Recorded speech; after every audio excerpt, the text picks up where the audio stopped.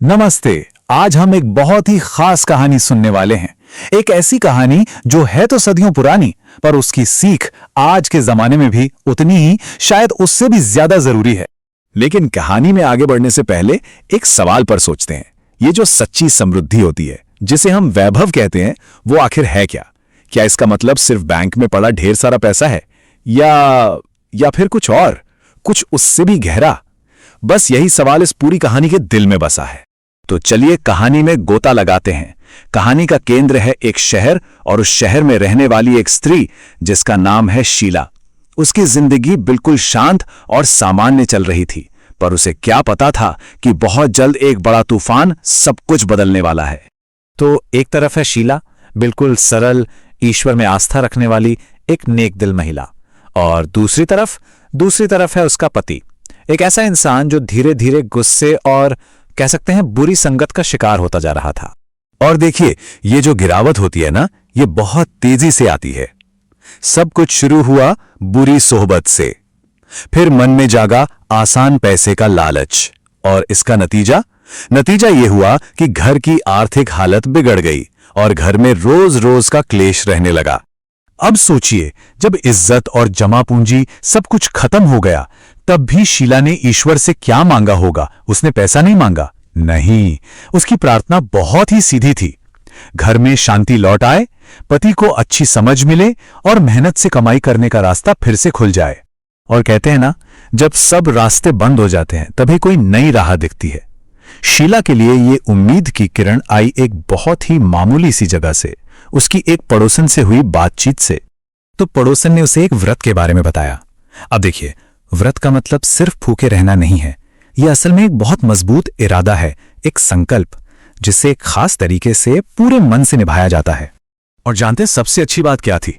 यह वैभव लक्ष्मी व्रत बहुत ही सरल था। मतलब कोई बहुत बड़े मुश्किल पूजा पाठ की जरूरत नहीं थी। बस 11 या 21 शुक्रवार का संकल्प लेना था, एक छोटी सी पूजा करनी थी, कथा पढ़नी या सुननी थी, और आखिर में प्रसाद बांट देना था। कितना सीधा साधा रास्ता था, है ना? रास्ता तो मिल गया था, लेकिन रास्ता जानने और उस पर पहला कदम रखने में बहुत बड़ा फासला होता है। और बस यहीं शीला के सामने आई उसकी पहली और शायद सबसे बड़ी आजमाइश। उसके पति ने तो सीधे हाथ खड़े कर दिए। कहने लगा, अरे पूजा कैसे करेंगे? हमारे पास चढ़ाने के लिए तो एक सोने की चीज तक नहीं है।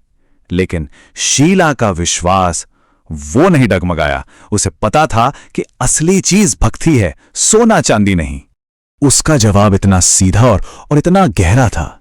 उसने कहा, ईश्वर आपकी भक्ति देखता है, वो आपका सोना नहीं। बस इसी एक लाइन में, इसी एक विश्वास में उसे आगे बढ़ने की सारी हिम्मत मिल गई। और फिर उन्होंने वही किया। अपनी पहली पूजा में उन्होंने देवी को कोई सोने का हार या गहना नहीं चढ़ाया। नहीं, चढ़ाया तो सिर्फ एक सिक्का, एक मामूली सा सिक्का, लेकिन उसे रखा गया था पूरी श्रद्धा और सच्चे दिल से। और पता है, उस सच्ची भावना का असर उसी शाम को दिखने लगा। कोई चमत्कार नहीं हुआ, बस एक छोटी सी बात हुई।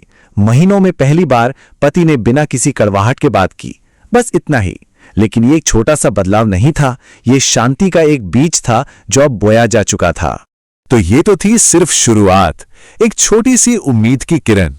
अब आगे देखते हैं कि कैसे ये विश्वास, ये आस्था असल दुनिया की मेहनत में तब्दील हुई। शीला ने अपना संकल्प नहीं छोड़ा, वो लगी रही। एक शुक्रवार, फिर दूसरा, फिर तीसरा, पूरे 21 शुक्रवार तक।